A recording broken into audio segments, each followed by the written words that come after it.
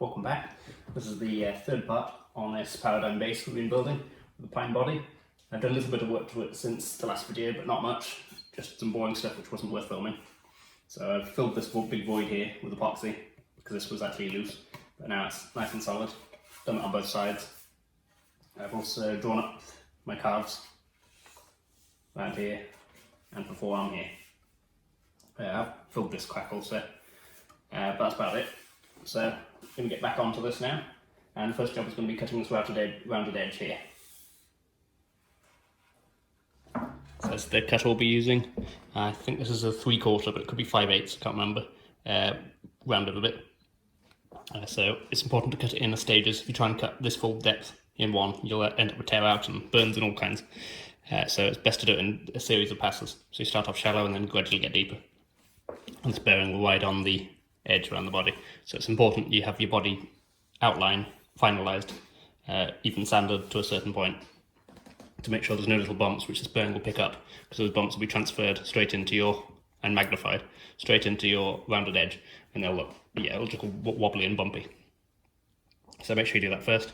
And also, if you have the type of jack on the side, don't drill that before you do this, because this bearing will fall down that hole and start eating into the body.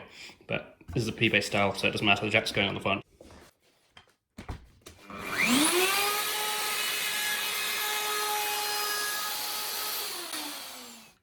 So that's the front done now. You can see how much better that looks with a nice rounded edge. Really makes it start to look like a base then. So I've got to do the back now. The back's a little bit different, in that there's a couple of places you don't want to do. Because if I cut that same round over all the way on this edge, it's not going to leave much room for my ferrules, or if I was going to use a neck plate, it wouldn't leave any room for that either. So you want to stop either side of that and then blend that in by hand. So I'm going to stop around here, these lines here, and then blend it in.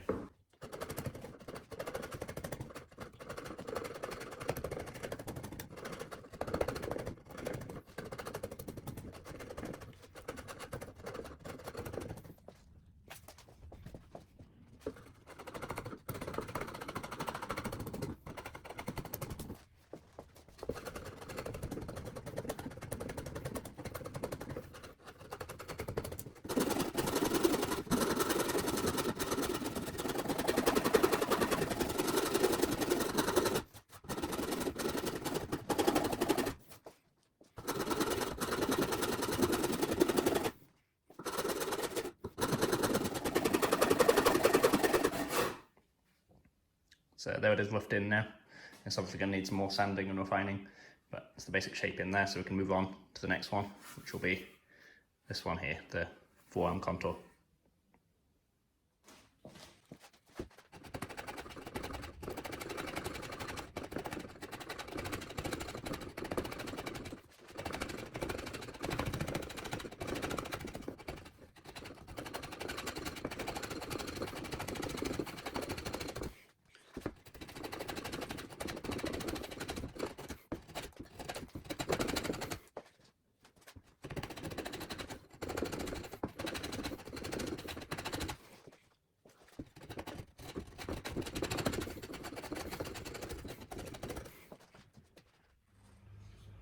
I've got those roughly shaped now.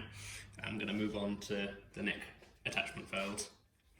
So I'm not using a plate on this one, I'm using 6 individual ferrules. So you can see I've got my template here. This is the same template to cut the neck out with.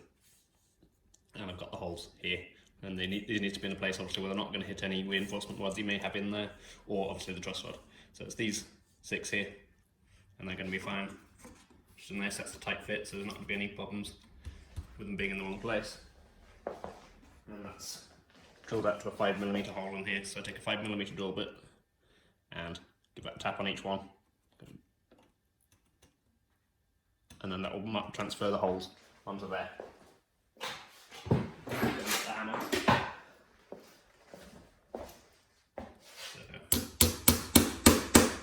So that's one.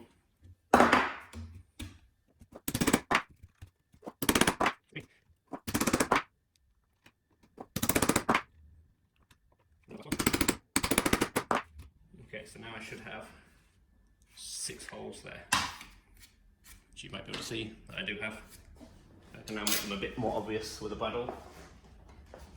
and then I can drill from this side out to the other side with the bit which I'll be using for the neck screw. So it'll be this same bit, the 5mm one, and then I'm going to make it so the point just exits on the back side there, so not actually coming through, and that will transfer this hole here directly onto the back. So I've got a nice little small hole to centre the Forstner bit on to drill the ferrules with.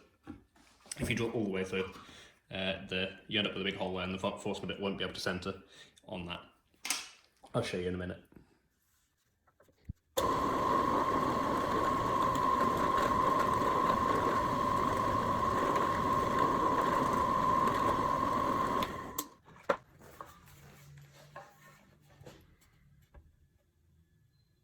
So there you can just see a tiny little hole poking through there. That's where the point of the drill bit came through.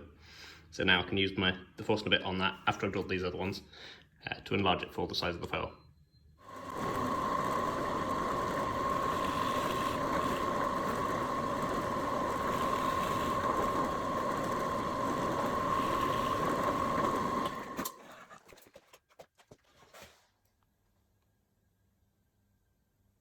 So now I'm going to mount the neck.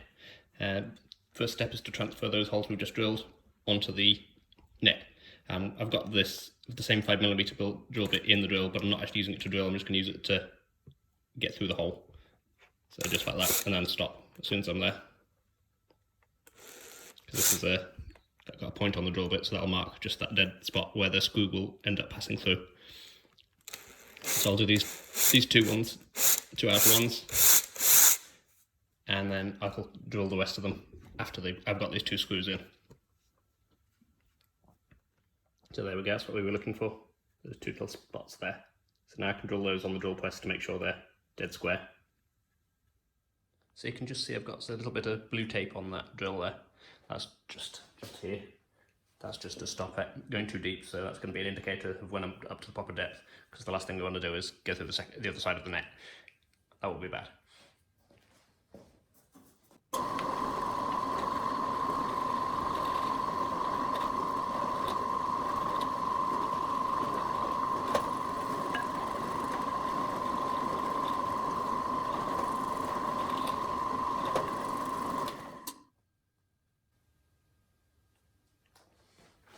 Now we're going to mount the bridge. To find the centre point, I've drawn a line down either side of the neck using a long straight edge, a longer one than this, like that, and draw a pencil line there. That establishes the centre line. Then take the measurement between those 2 points, and luckily it's exactly on the glue line of the body, so it's not off at any angle, which is good. If it was, it wouldn't be a big deal as long as it wasn't by much. Like if it was a millimetre off that way, a millimetre off that way, but it's important to measure for it, because if you just mount that on the centre line, you can be way off, or a little bit off, where these strings will be off either side then. And then I've also measured up my scale length there, and to the mounting screws, this line here. This isn't actually the bridge we're going to be using. We're going to be using a chrome version of the same bridge, but it's not here right now, so I'm going to use this one for now, just to do the trial assembly. So now I can drill for this on the drill press again, and then might string it up and give it a test. So here is the strings on. I always like to do a bit of a test assembly just to make sure everything's okay and nothing needs altering, because it's easier to alter things. If you need to route anything, sand anything, file anything, it's much easier to do that without a finish on and have to worry about ruining that and then start over on the finish. But there's nothing that needs anything extra, it's all fine. Intonate's fine, all the frets are good, doesn't really need levelling. And it's got quite a punchy sounds really good. So I know it's first notes. So now I've got to take it all apart, do all the sanding, because it's quite rough at the moment, and then go on with the finishing. There we go, I've taken it back apart again now, and I've avoided it as long as I can. So now it's time to do the dreaded sanding. This is always a boring part of the build, and messy and dusty, but you do start to see it take shape, and it starts to look like a base. So I'm going to start doing the edges, and these will be just done with a finger, like this. Any flat surfaces, small flat surfaces, I'll use a small eraser, like this, with sandpaper on obviously. And big flat surfaces, I'll use the orbital sander, which will make it a bit quicker. It's already been through the thickness sander at one point, so that's taken out a lot of any small dents and stuff like that. but it'll still be plenty of work.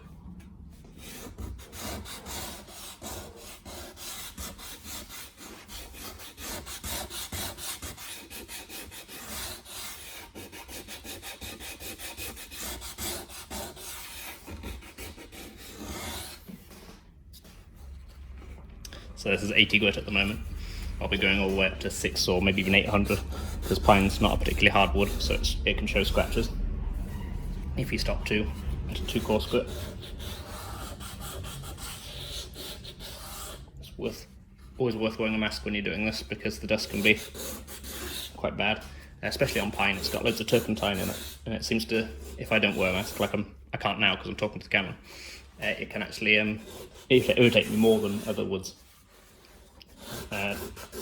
Must be a finer dust, and maybe the turpentine in it contributes to that, but it makes me sneeze a lot. All sanded now, and we're going to put the first coats of oil on. I've been trying to decide how to finish it, if I'd do an aged pine finish or just keep it natural. I've decided in the end to keep it natural, just because I think it'll contrast better with the neck and the pickguard I've made. So here goes the first coat. I'm actually going to pour this straight on, because it's going to soak in a lot. And I'll spread that about. I've done lots of other videos on oiling, so if you want to check out one of those, you might see some more detail in those.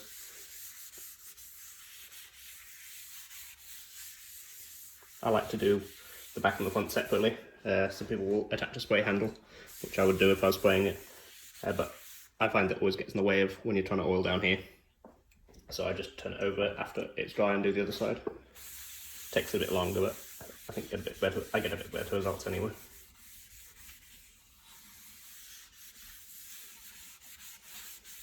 I can do the sides as well at the same time as one side.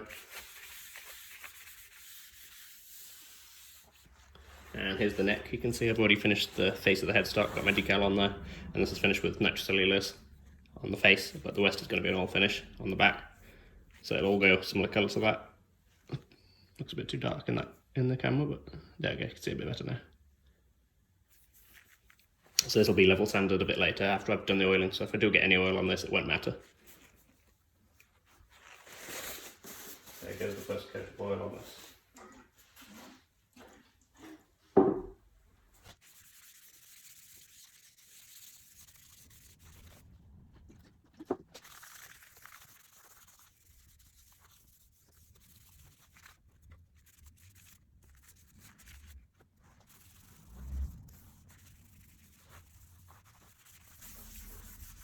So I'm finished with the oiling now, and I'll put my copper foil in to shield it.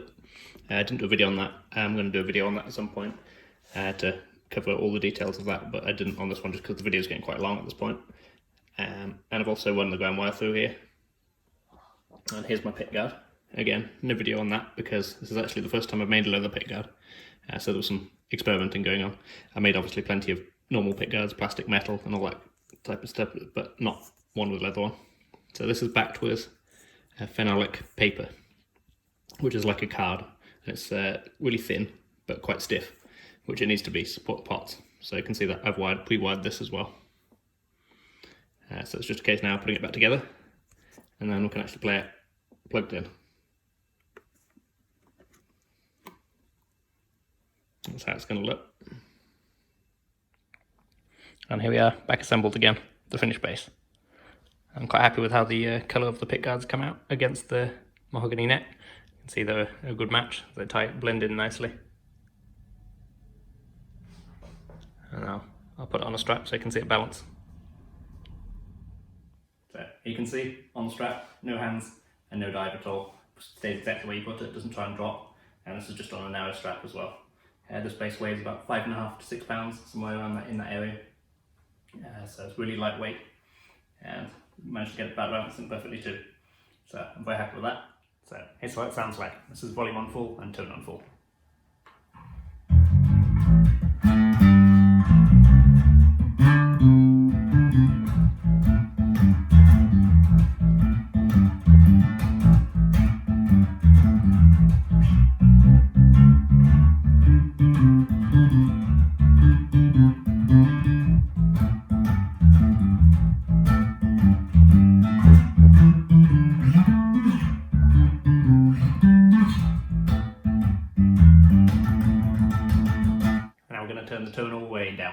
This is a standard 47 P-base capacitor.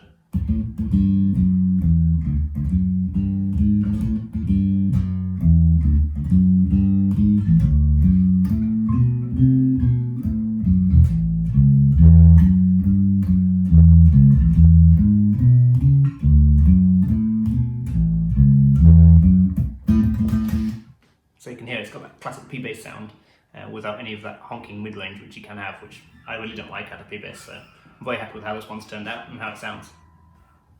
Thank you very much for watching, especially if you've been watching from the beginning when we started with a couple of blanks of wood. I'll get some more content up soon, so please subscribe and keep an eye out for that, and thanks again.